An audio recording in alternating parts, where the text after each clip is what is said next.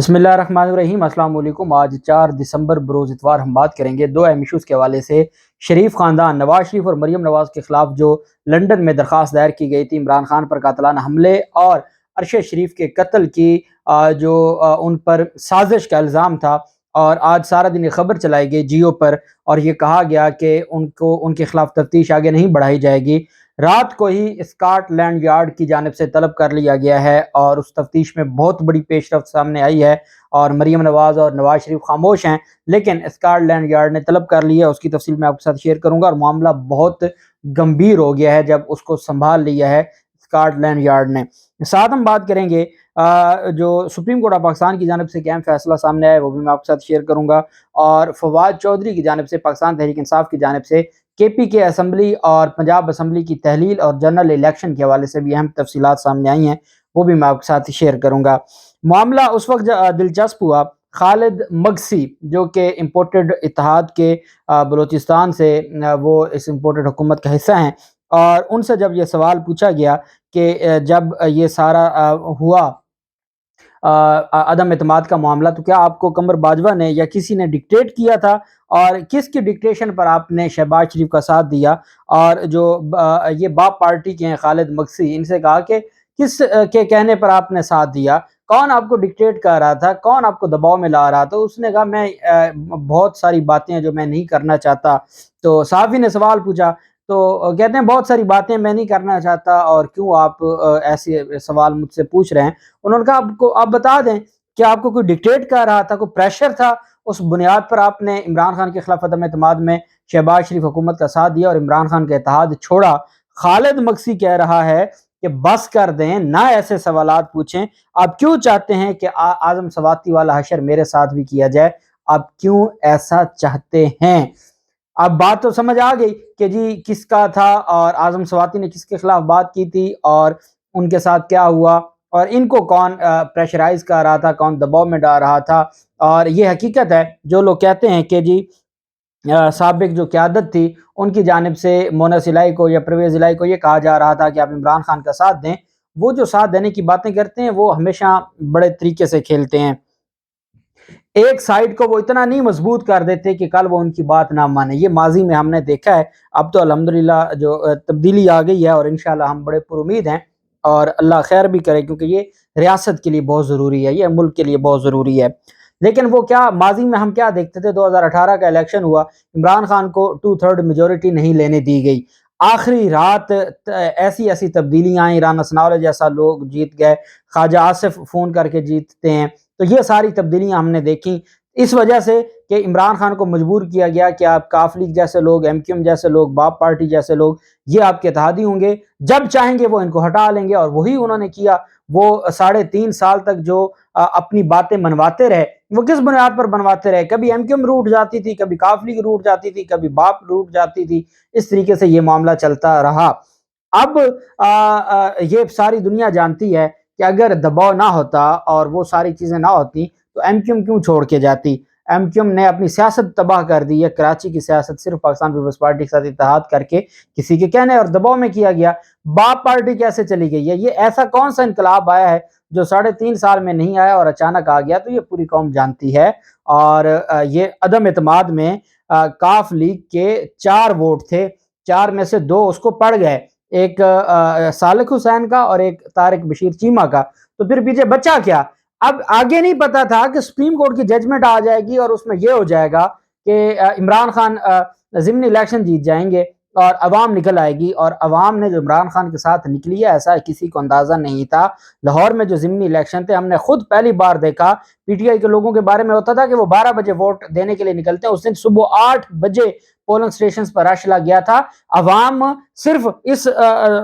غصے میں نکلی کہ بھئی کیوں ہمارے ساتھ ایسا کیوں کیا گیا، جس کو ہم نے منتخب کیا اس کو یہ کیسے نکال سکتے ہیں، اور عوام کے غم و غصہ تھا۔ جبکہ دوسری جانب سپریم کورٹ آف پاکستان کا ایک اہم فیصلہ سامنے آیا ہے، خیبر پختونخوا کے اساتذہ کی مراعات کے خلاف مشترکہ ایک درخواست تھی جس کو خارج کیا گیا۔ سپریم کورٹ نے خیبر پختونخوا حکومت کی طرف سے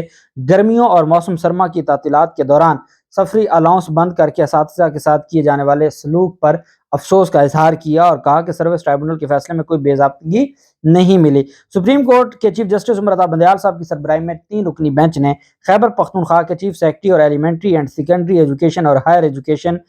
ڈپارٹمنٹ کے صوبائی سیکرٹری کی مشترکہ درخواستوں پر سماعت کی۔ دوران سماعت جسٹس محمد علی مظہر صاحب نے استفسار کیا کہ اپنے طلباء کے فائدے کے لیے ان کو سکھانے، کامیابیوں اور روشن خیالی سے آراستہ کرنے کا ایک بنیادی ذریعہ ہونے کے ناطے ہر ملک کے مستقبل کی ترقی اور فلاح و بہبود کا زیادہ انحصار قابل ماہرین تعلیم پر ہوتا ہے۔ تاہم جسٹس محمد علی مظہر نے افسوس کا اظہار کیا کہ اساتذہ کے ساتھ امتیازی سلوک جو سرکاری اساتذہ ہیں بالکل غلط، متعصبانہ اور غیر منصفانہ ہے۔ یہ بیسیکلی خیبر پختونخوا کے حکام کی طرف سے یہ درخواستیں 76 تصدیق شدہ ایلیمنٹری اساتذہ کی طرف سے دائر کی گئی درخواستوں کو برقرار رکھنے کے پشاور ہائی کورٹ کے نومبر 2019، فروری 2020 اور مارچ 2021 کے مختلف فیصلوں کے خلاف دائر کی گئی تھی۔ خیبر پختونخوا حکومت نے اساتذہ کو موسم گرما اور موسم سرما میں دیا گیا سفری الاؤنس ختم کر دیا گیا تھا، جس کے خلاف ایلیمنٹری اساتذہ نے حکومت کے ایسے اقدامات سے عدالت سے رجوع کیا تھا، اور اس بنیاد پر پھر یہ ساری سپریم کورٹ کی جانب سے کہا گیا کہ اساتذہ کا جو سرکاری استاد ہیں ان کا حق بنتا ہے اور ان سے ان کا حق نہ لیا جائے۔ یہ بہت اہم ایک فیصلہ تھا اساتذہ کے حوالے سے۔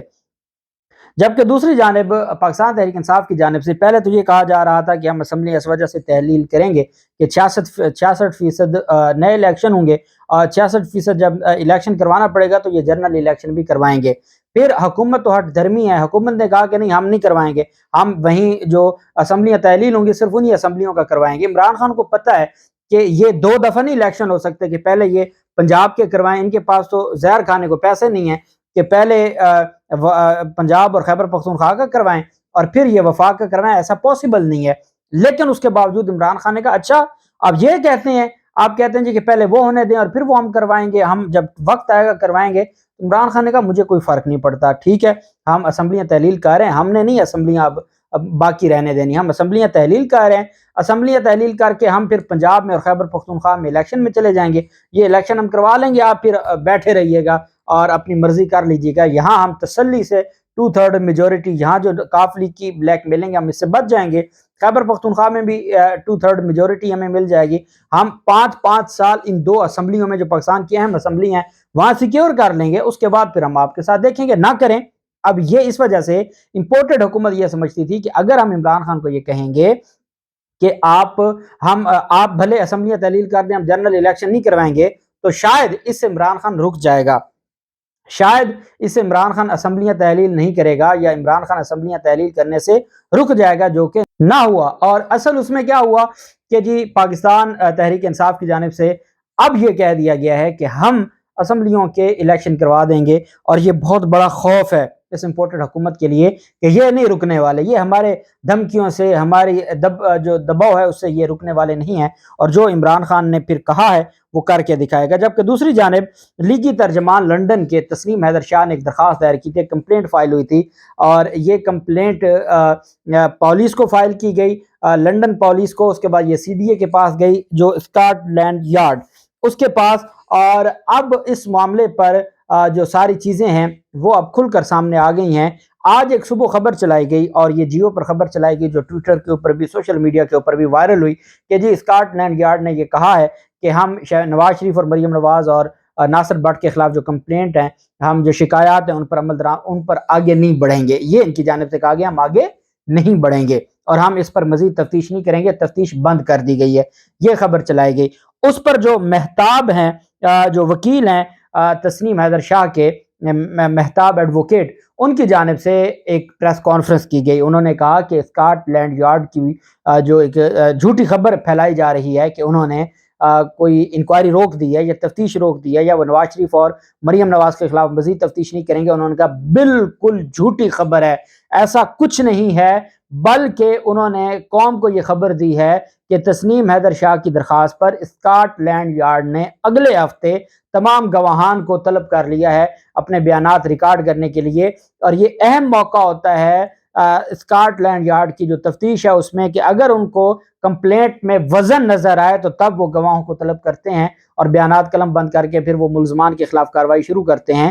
تسنیم حیدر شاہ کے وکیل کا یہ کہنا ہے کہ وہ پروسیس جو بہت اہم ہے اور جو بہت ضروری تھا، جس کے اوپر ہم کوشش کر رہے تھے، اس پر انہوں نے کہا ہے کہ یہ صرف کمپلینٹ نہیں درج کی گئی بلکہ تسنیم حیدر شاہ نے، دیکھو اب یہ بات تو کلیئر ہو گئی کہ تسنیم حیدر شاہ ان کے ساتھ اٹھتا بیٹھتا تھا مختلف مواقع پہ، مریم نواز ابھی جو گئی ہوئی تھی ان کے ساتھ بھی ان کی تصاویر آئیں، اور یہ بھلے کہتے رہیں کہ ان کا کوئی لینا دینا نہیں ہے، لیکن یہ حقیقت ہے